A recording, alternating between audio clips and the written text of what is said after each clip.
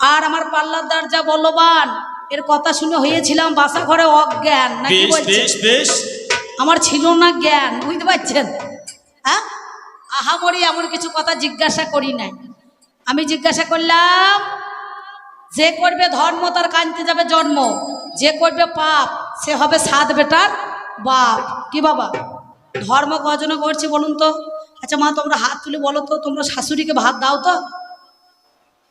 হ্যাঁ, অত সোজা লয়, হাত তুলে আমার এর হাতটা নামাইছে।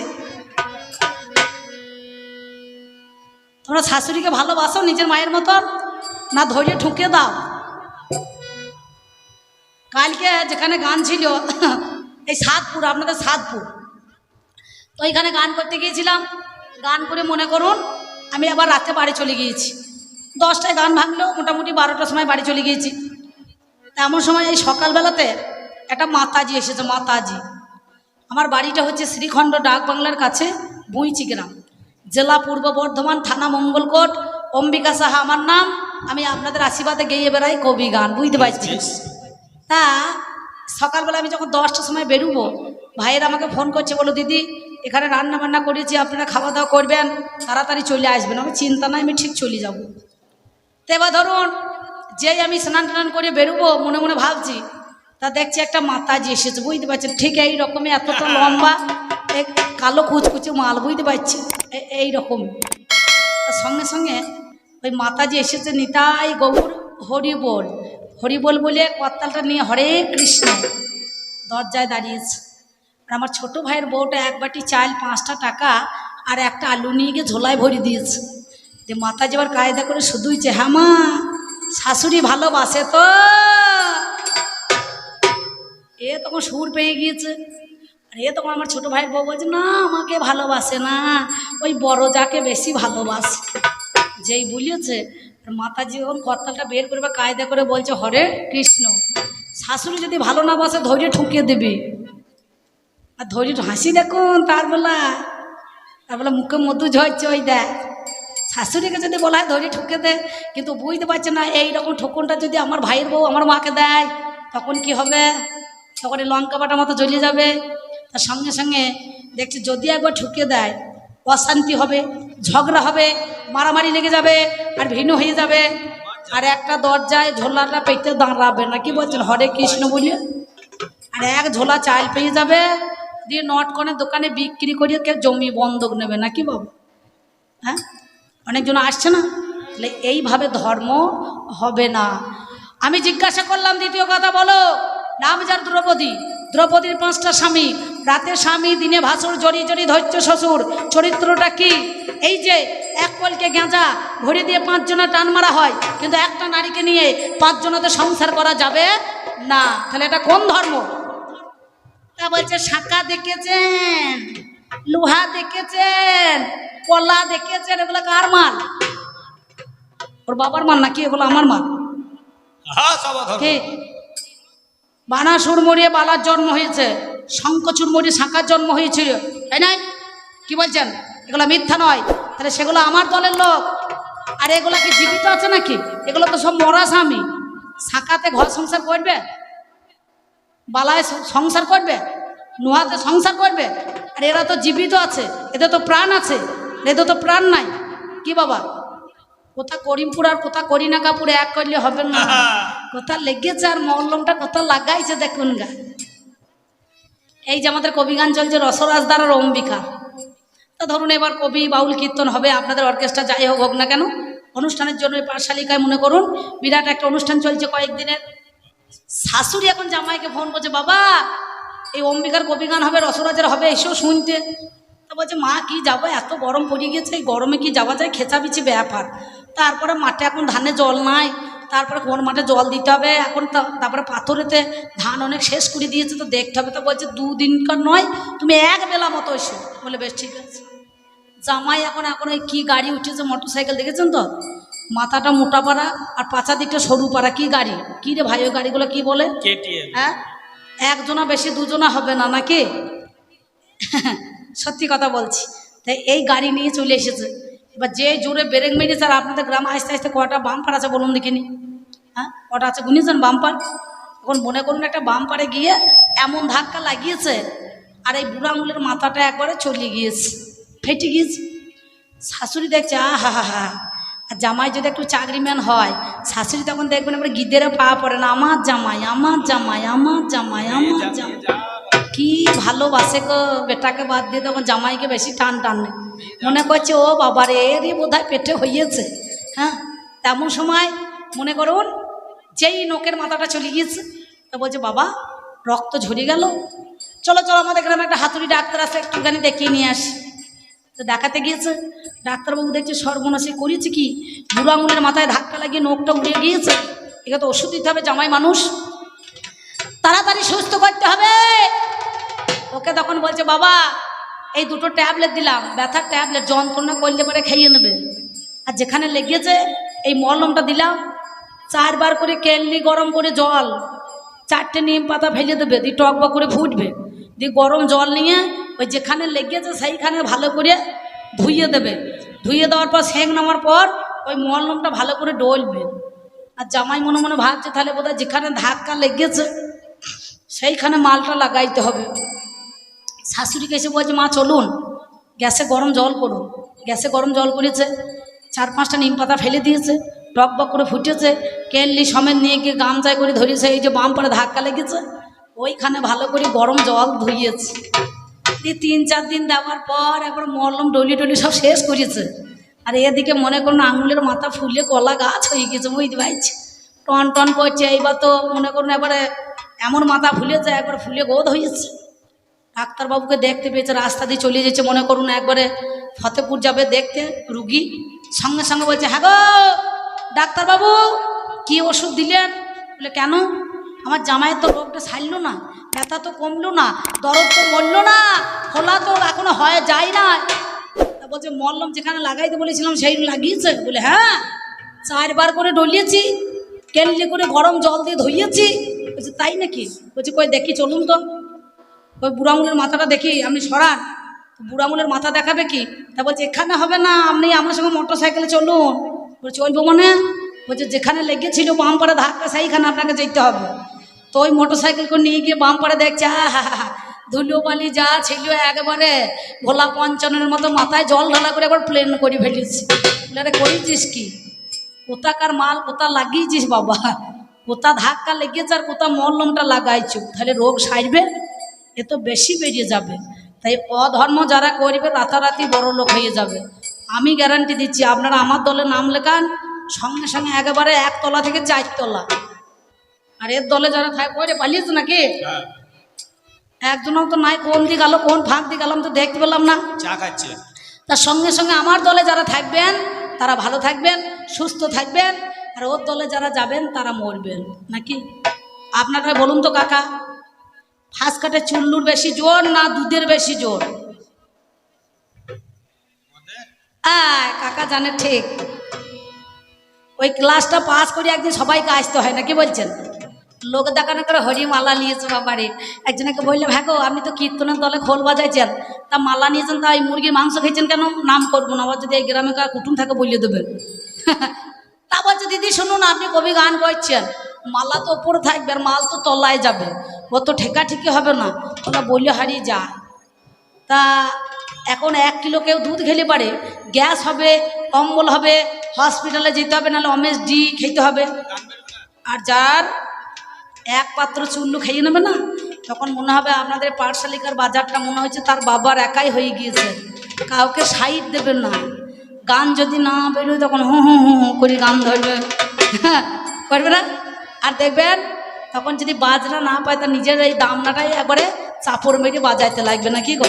হ্যাঁ, আর 1 কিলো দুধ খেলে পারে, তখন গ্যাস হবে, পেট ফুলিয়া করে জয় ঢাক হয়ে যাবে। তাই তুমি খুব সুন্দর বলেছ, তোমার বলা ভালো, চলা ভালো, আমি শুনলাম ভালো, আমাকে কতগুলো প্রশ্ন দিয়ে গেল, এবার ওই পথ ধরে আমারই চলাটাই হলো। তাই বলবো না চূড়ান্ত, সময় বয়ে যায়, আছেন যত সুধীজন সকলের কাছে আবেদন, বাজাও আমার ঢুলি, আমি পাঁচালির ছন্দে আপনাদের কাছে কিছু 2-4 কথা বলি। দাঁড়িয়ে না দাহিরে না না, দাঁড়িয়ে না দাহিরে না না, দাঁড়িয়ে না না, দাঁড়িয়ে না না না না না না না, দাঁড়িয়ে না না, দারা না না না দারা না না দারা না দারি রে না না দারা না না না দারা না না দারা না দারি রে না না দারা না না দারি রে না না দারা না না দারি রে না না দারা না না না দারা না দারি রে না না দারা না না না দারা না না দারা না দারি রে না না দারা না না না দারা না না দারা না দারি রে না না ও দারে দারে দারে দারে না দারা না না না না না না না দারা না না না না না না না না না। ওমা তোমরা আমার কথায় মন দাও, গল্প করবে না। তোমাদের ভাটা পায়ে প্রণাম করছে অম্বিকা, বুঝতে পেরেছো? পা ভাটা আছে আছে। মেয়ে ছেলেরা মেয়ে ছেলেকে দেখতে পারে না, জানো তো?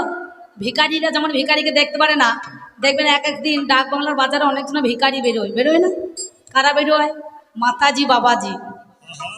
মাতাজি বাবাজি তলায় তলায় ডিগিবাজি করলে আবার পেঁয়াজি, বুঝতে পারছেন? এরা আবার ভিক্ষা করে করে বেড়ায়। একজনের যদি ঝোলায় বেশি চাল হয়ে যায়, সে তখন গা জ্বালা পোড়া করবে, কোন ভরে এসেছে। তাই তোমরা কবি গান নয় জ্ঞান রাখতে হবে মান। আমি অধর্ম হয়েছি সমান, তাই আমার দাদাকে কিছু কথা দিতে হবে জ্ঞানের জ্ঞান, নাকি বলছি? তাই মায়েদের বলছি শুনুন, আর আমার বাবাদের আপনাদের বলছি, ও তোমরা শুনেছ কোনো কালে, ও তোমরা দেখেছ কোনো কালে, ওরে ডাব ধরেছে গাব গাছের ডালে। ও গো দাদা গো,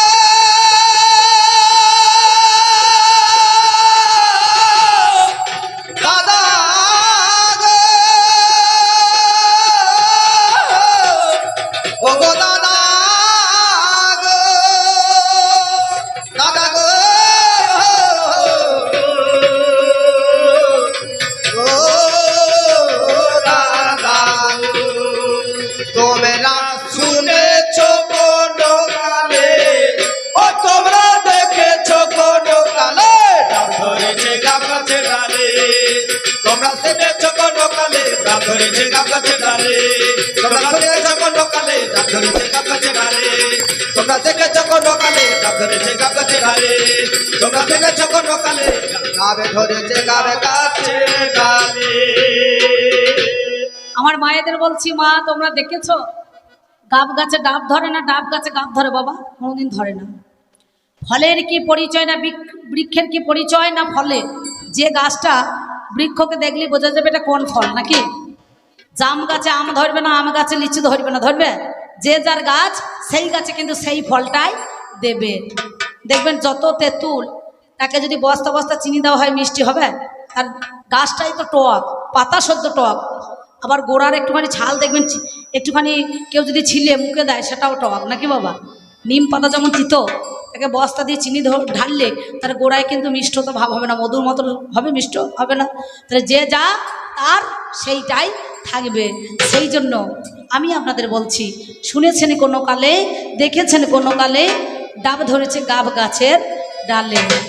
ওই একটা এঁড়ে গরু বেলা ভেঙে, ওরে একটা এঁড়ে গরু বেলা ভেঙে, ওরে উঠেছে সে মগ ডালে। উঠেছে সে মগ ডালে রে, উঠেছে সে, ওরে উঠেছে সে মগ ডালে রে, উঠেছে সে মগ ডালে। গাব ধরেছে গাব গাছে ডালে। তোমরা দেখেছো কোনো কালে, গাব ধরেছে গাব গাছে ডালে। তোমরা দেখেছো কোনো কালে, গাব ধরেছে গাব গাছে ডালে।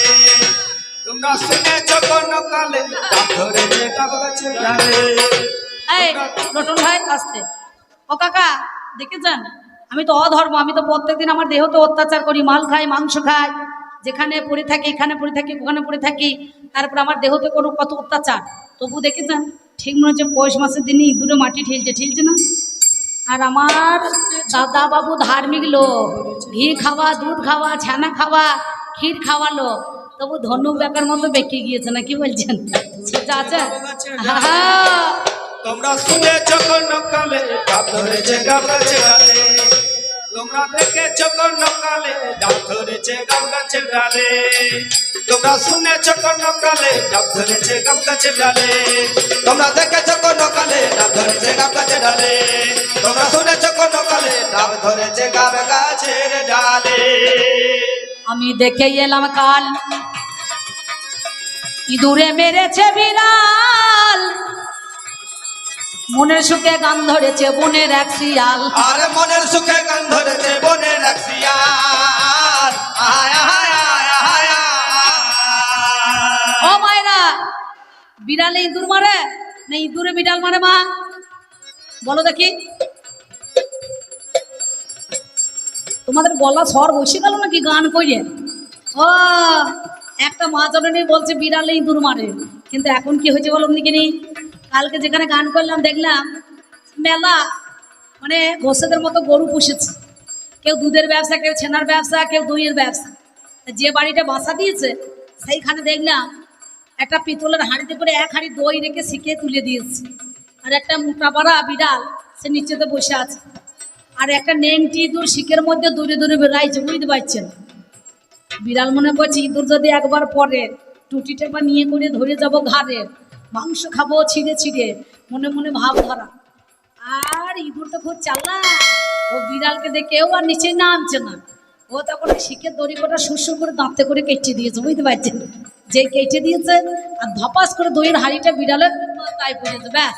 আর বিড়ালে এবার দেখ বহরামপুরে নিমতলায় চলে যা, পটল পাঁচ শিখে হয়ে চিত হয়ে পড়ে আছে। আমি মনে মনে ভাবলাম এতক্ষণ বিড়ালটা জ্যান্ত ছিল, আসলে যাওয়ার সময় বিড়াল মরে গেল, এত লক্ষণটা ভালো হচ্ছে না। তা দেখছি ও বাবারে ইঁদুরটা যেমনটা তেমনি আছে, বিড়াল মরে গিয়েছে। তাই মনে মনে ভাবছি আমি দেখে এলাম কাল ইঁদুরে মেরেছে বিড়াল, মনের সুখে গান ধরেছে বনের এক শিয়াল। আর মনের সুখে গান ধরেছে বনের এক শিয়াল।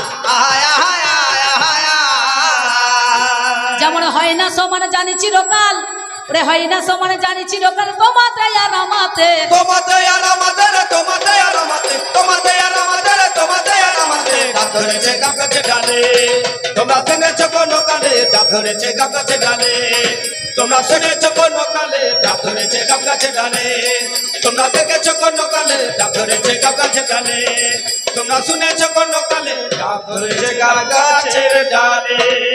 যা হয় না তা হবে না, হয় না তা হবে না। দাদা এমন কথা বলো না, হয় না তা হবে না। এমন কথা বলো না, হয় না তা হবে না। তাই বলি শোনো দাদা তোমার কাছে গাই, যাওয়ার সময় আমার কাছে প্রশ্ন করে ভাই, দাদা গো আমার ঘর সংসার কোন জনা হইল, আমার ঘরে নাতি পুতি আমার বউ ওরে বলো কে আছে?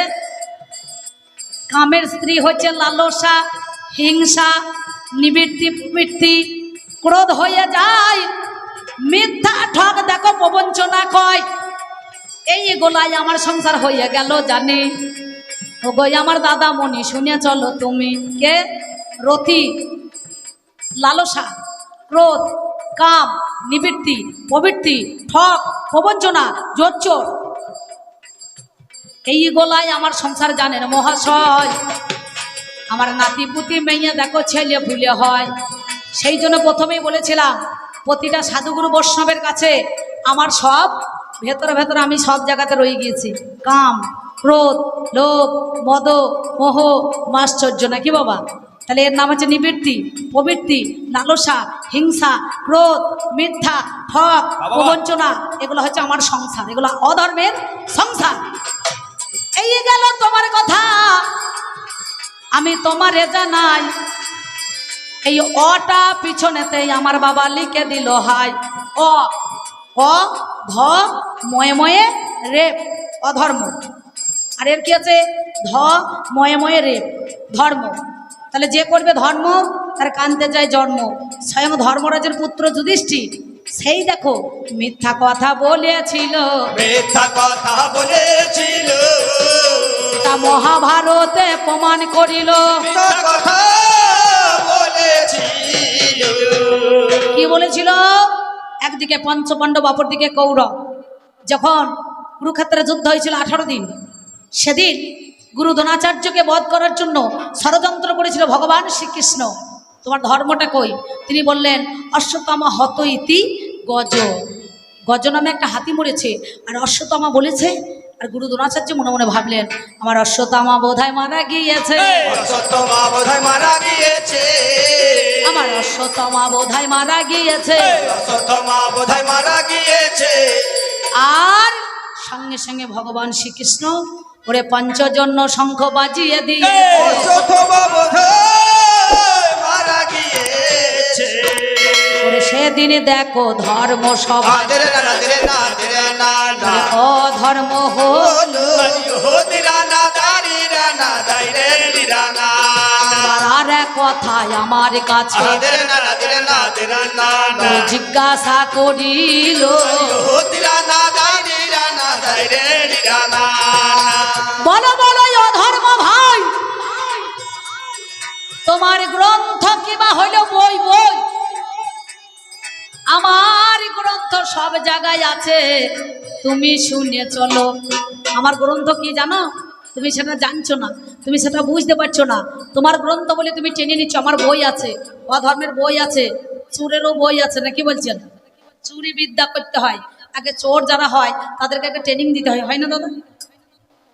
আর ট্রেনিং না দিলে পরে সেটা কি হচ্ছে শিক্ষা, সেই শিক্ষাটা হচ্ছে চোরের বই। দেখবেন যারা পকেট মার একটা লাউর উপরে দেয়, একটা সাদা পেপার দেবে, একটা নতুন বেলেট দেবে, বলবে আগে বেলেটটা চালিয়ে দেখ পেপারে, যদি লাউ কাটে তাহলে তোর দ্বারাই আর চুরি হবে না, তোর দ্বারা আর চুরি হবে না, ওরে তোর দ্বারাই আর চুরি হবে না। তোর দ্বারা আর চুরি হবে না। সেই পকেট মার ব্লেড দিয়ে শুধুমাত্র সাদা পেপারটাকে কাটবে, কিন্তু লাউর মধ্যেখানে একটুখানি ঠিকবে না, নাকি? তাহলে এগুলো আগে ট্রেনিং নিতে হয়, আগে ট্রেনিং করাইতে হয়। তেমনি ধারা আমার গ্রন্থ কি জানো? সকাল বেলায় দেখা শোনা, দুপুর বেলায় বিয়ে রে, সকাল বেলায় দেখা শোনা, দুপুর বেলায় বিয়ে রে, সকাল বেলায় দেখা শোনা, দুপুর বেলায় বিয়ে রে, সকাল বেলায় দেখা শোনা, দুপুর বেলায় বিয়ে রে, সন্ধ্যে বেলায় বউটা এলো টাটকা ছেলে নিয়ে রে, সন্ধ্যা বেলায় বউটা এলো টাটকা ছেলে নিয়ে রে। এই একদিন শক্তির পুত্র পরাশরে হইল। এই পরাশরে মুনি একদিন কি কর্ম করিল, সে কতটা লোভ, তার কতটা মনের মধ্যে মনে করুন কামনা জেগেছে। ধীবর কন্যা গো, একটা ধীবরের কন্যা যার নামে মৎস্যগন্ধা, মাছের পেটে জন্ম হয়ে যায়। আসছে গন্ধ দেখে তার নব সম্বন্ধ দেখো কবু হয় নাই। মৎস্যগন্ধা পরাশর মুনি কি করেছিল জানেন? ওই ধীবর বলল মা তোমার তো গায়ে আসছে গন্ধ, মাছের মতো টেকা যায় না, তুমি এক কাজ করো, ওই নদীতে, কোন নদী? দইপায়ন, দইপায়ন, ওই যমুনা নদীতে তুমি পারাপার করো, পারাপার করো। এপার থেকে মানুষ নিয়ে সাধু গুরু বৈষ্ণব যারাই আসবে তোমার নৌকাতে গোহায়, তুমি মানুষ মোহনায় দেখো পারাপার নিশ্চয়। এবার পিতার কথা শুনে আমার মৎস্যগন্ধা যে ও বাবারে জানাই কথাই আপনাদের কাছে সে, এই কথা বলি আমি সময় আমার ঠাই, সত্যিকারের তত্ত্ব কথাই আপনাদের জানাই। ওপার থেকে মানুষ পারাপার করে জানি, এপার থেকে নৌকাখানায় নিয়ে ওরে তিনি, অমনি আমার মানুষ দেখো ছেড়ে দেয় রে ভাই। একদিন পরাশর মুনি দেখে তার প্রেমে পড়ে যায়। এই মেয়েটাকে বলছে ও তরুণী লইয়ে তরুণী, ও তরুণী লইয়ে তরুণী, অর্থাৎ তরুণী মানে একটা মেয়ে ছিল, তরুণী মানে নৌকা। ওরে তোমার নৌকায় চা পাও না, তোমার নৌকায় চাপাও না, তোমার নৌকায় চা পাও না, তোমার নৌকায় চাপাও না, তোমার কাছে মিনতি জানাই, তোমার নৌকায় চাপাও না, তোমার বড় মিনতি জানাই, তোমার নৌকায় চাপাও না। এবার ঘাটের ধারে নৌকা খানা, অমনি ভিড়াইল নৌকায়। আমার দেখো বাবা ঘাটেতে লাগালো, নৌকাখানা ঘাটে লাগিয়ে দিয়েছে, নৌকাতে চেপে গেল মুনিবর জানি। সাধুদের সৎ মনোব্যক্তি হয়, সাধুরা সৎ হইতে হয় না। দিনের বেলা হরি হরি আর রাতের বেলায় মুরগি চুরি করলে তো হবে না। এরা সাধুর দলে 14 সেজে যায় না, কি বলছেন? হ্যাঁ, এরা সাধু হইতে পারে না, এদের সৎ হয় না। এরা দেখবেন দিনের বেলা ঘুরে ঘুরে কোন মেয়ে ছেলেটা ভালো আছে বাবার সেই দিকে তাকাবে, ঝোলার দিকে তাকানো না। এরা কেমন ধরুন ধার্মিক লোক, কৃষ্ণ কথা বলছে, হরি কথা বলছে, কিন্তু এরা তো মনের সৎ আছে, সৎ মনোব্যক্তি আছে নাই। সঙ্গে সঙ্গে তখন নৌকার মধ্যে চেপে যে পড়িল, ধীরে ধীরে নৌকাখানা যখন ওরে ভালো দ্বীপের মধ্যে গেল। সাধু তখন বলছে, পরাশর মুনি বলছে, ও নারী গো, তুমি শুনে চলো, তোমার সঙ্গে দেহিক মিলন আমি নিতে চাই, তোমার কাছে বলি কথা, শোনোই আমার ঠাই। সেই সময়ে নারী বলে, শোনো গুণমণি, কেমন করে মিলন দেখো, দিনের বেলায় আমি কেমন ধারা দিতে পারি, শোনোই আমার ঠাই, লোক লজ্জার ভয়ে কবু হবে নাই। সেই সময়ে কি করিল জানেন মহাশয়, ওই কুমণ্ডল জল হাতে নিয়ে কুয়াশার সৃষ্টি করে দেয়। কি বাবা, তাই তো? নামজার কুটঝুটিকা, এই কুয়াশার সৃষ্টি করলো, কাছের মানুষ দূর থেকে দেখা যায় না, ঘন কুয়াশায় অন্ধকারে ঢেকে গেল। ওই দ্বীপের মধ্যেখানে দেহিক মিলন হয়েছিল, সঙ্গে সঙ্গে একটা সন্তান জন্ম নিল, যার নাম কৃষ্ণ দ্বৈপায়ন বেদব্যাস, যিনি ব্যাসদেব সেই মহাভারত রচনা করিল। মহাভারত রচনা করিল, এটাই অধর্মের দেখো গ্রন্থ হইল। মহাভারত রচনা করিল। আমার বইটা দেখো ভালো করে, মহাভারতটা তৈরি কে করেছে? আমি। আমার অধর্ম পঞ্চভূত আছে, ক্ষিতি, অপ, তেজ, মরুদ, বোম, এটা হচ্ছে আমার। তাহলে এটা মহাভারত তৈরি হলো, গণেশকে দিয়ে লেখা করিয়েছিল। মহাভারতের তারকতা অমৃত সমান, কাশিরাম দাস কয়ে শোনে পুণ্য বান। তাহলে সেই মহাভারত রচনা করলো কে, তৈরি করেছে কে? এই অধর্মতেই করেছে। পরের জন্মে সেই মৎস্যগন্ধা আমার সত্যবতী হয়ে গেল, সত্যবতী হয়ে গেল, ওরে সত্যবতী হয়ে গেল, সত্যবতী হয়ে গেল। আমি জানাই কথায় আজ আপনাদের ভালো, সত্যবতী হয়ে গেল। তাহলে যেটা মহাভারত দিয়েছি এই জগতের মধ্যেখানে, আর কোনো বই লাগবে না, আর কোনো গ্রন্থ লাগবে, আর এই বিদ্যা শিখতে হবে। আর মহাভারতটাকে আপনারা দেখুন, সেটা তো আমার দলের লোকের, আমার অধর্মের, আমার অধর্ম ছাড়া তৈরি ধর্মের দ্বারাই হয় না। আর সেখানে ভগবান তার কলম দিয়েছে। কি বলছেন? হ্যাঁ, সঙ্গে সঙ্গে 60 লক্ষ শ্লোক দিয়েছিলেন যেখানের মধ্যেখানে, তাহলে সেটা কার? সেটা আমার। আর একটা গ্রন্থই আমি তোমারে জানাই, ওরে নাম যার রামায়ণে মিথ্যা কভু নয়। চবনমুনির পুত্র, চবনমুনির পুত্র রত্নাকর দস্যু, যার নামে ছিল, ছোট থেকে মানুষ মার্ডার করতো, আমার মার্ডারই কর্ম, মার্ডার করতাম, ছিনতাই করতাম, চুরি করতাম, ডাকাতি করতাম, তাদেরকে নিয়ে আসতাম, লুটপাট করতাম, সোনা দানা যা পেতাম সংসার চালাইতাম। একদিন নারদ মুনি আর আমার ব্রহ্মা যায়, ব্রহ্মা সেই সময়ে দেখো তাদের দুজনায় লতায় পতায় বেঁধে রেখেছে, ভাই লতায় পতায় বেঁধে দিয়েছে, আর নড়ার ক্ষমতা নাই। আর দেখবেন পেটটা যার মোটা, গলাটা যা সরু, সেই ভদ্রলোক গন্ডগোল লাগাবার গুরু, বুঝতে পারছেন? তার মতো গন্ডগোলে লোক আর কেউ নাই, তাকে লোকে দেখলে চিনতে পারবে যে এ মালটা কি বলতে চাইছে নাকি। অধর্মকে কি দেখা যায়? তিলক, কি তিলক? লাল, ড্রেসটা কি কালো। কিছুক্ষণ আগে একটা কালো ড্রেস পরেছিলাম না, শাড়িটা 2 কেজি ভারী, এত গরম, কালো ড্রেসটা ছেড়ে দিয়ে চলে এলাম, বুঝতে পারছেন? আছে একটুখানি কালো কালো, দেখছেন না? তা আমিও কালো, আমার ড্রেসও কালো, চিহ্ন দেখা যায়। তাকে দেখতে হবে না, তার ব্যবহার আচার, তাকে দেখলেই বোঝা যাবে এটা ধর্মের লোক না অধর্মের লোক, না কি বলছেন? সঙ্গে সঙ্গে সেই দিন লতায় পতায় বেঁধে রেখেছে। ব্রহ্মা বলছে, তুমি যে মার্ডার করো, মানুষ মারো, এই পাপের ভাগটা কে নেবে রে? পাপের ভাগটা কে নেবে রে? এই পাপের ভাগটা কে নেবে রে? পাপের ভাগটা কে নেবে রে? ওরে বলে রে কথাই আমার কাছে, পাপের ভাগটা কে নেবে রে? বলছে কেন? আমার মা নেবে, আমার বউ নেবে, আমার বাবা নেবে। বলে বেশ ঠিক আছে, আমি লতায় পথে বাঁধা থাকছি, তুই ছুটে গিয়ে বাবার কাছে জিজ্ঞাসা করে আয়, মায়ের কাছে জিজ্ঞাসা করে আয়, বউর কাছে জিজ্ঞাসা করে আয়, যে মার্ডার করিস, মানুষ মানুষ ছিনতাই করিস, তোর এই পাপের ভাগটা কে নেবে?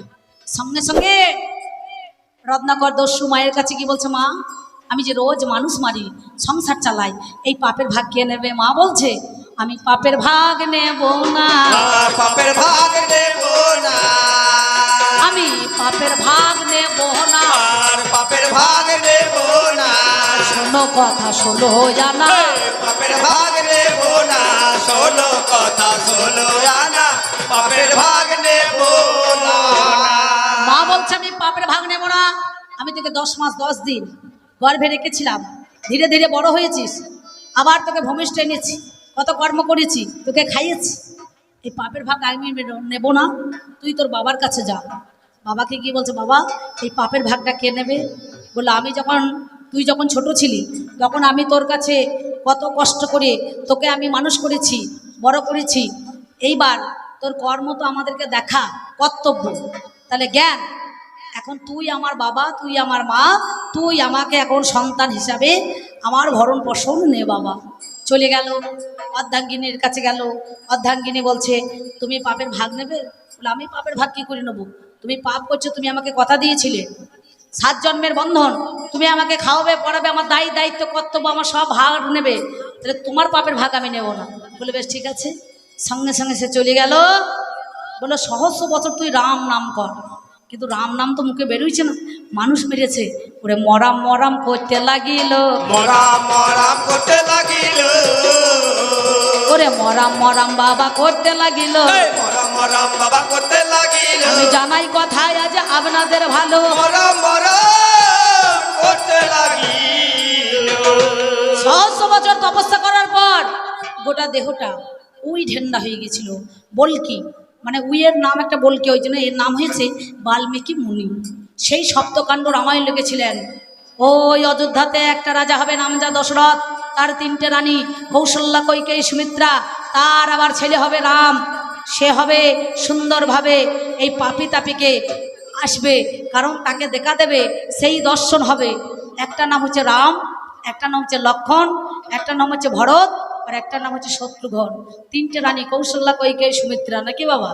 সেই সপ্তকাণ্ড রামায়ণ যা লিখেছে তাই দেখো লেখা পড়েছে, তাই দেখো লেখা পড়েছে, তাই দেখো লেখা পড়েছে, তাই দেখো লেখা পড়েছে, আমি জানাই কথায় আজ আপনাদের মাঝে, তাই দেখো লেখা পড়েছে। এই গেল মোর তোমার কথা, তেরে না না তেরে না তেরে না না, এই গেল মোর তোমার কথা, তেরে না না তেরে না তেরে না না, আমি আর এক কথা কই, আমি আর এক কথা কই, আমি আর এক কথা কই, আমি আর এক কথা কই। বলছে ভাই রে শোনো দিয়া মন, বলো দেখি বলো কথা গো মনের মতন।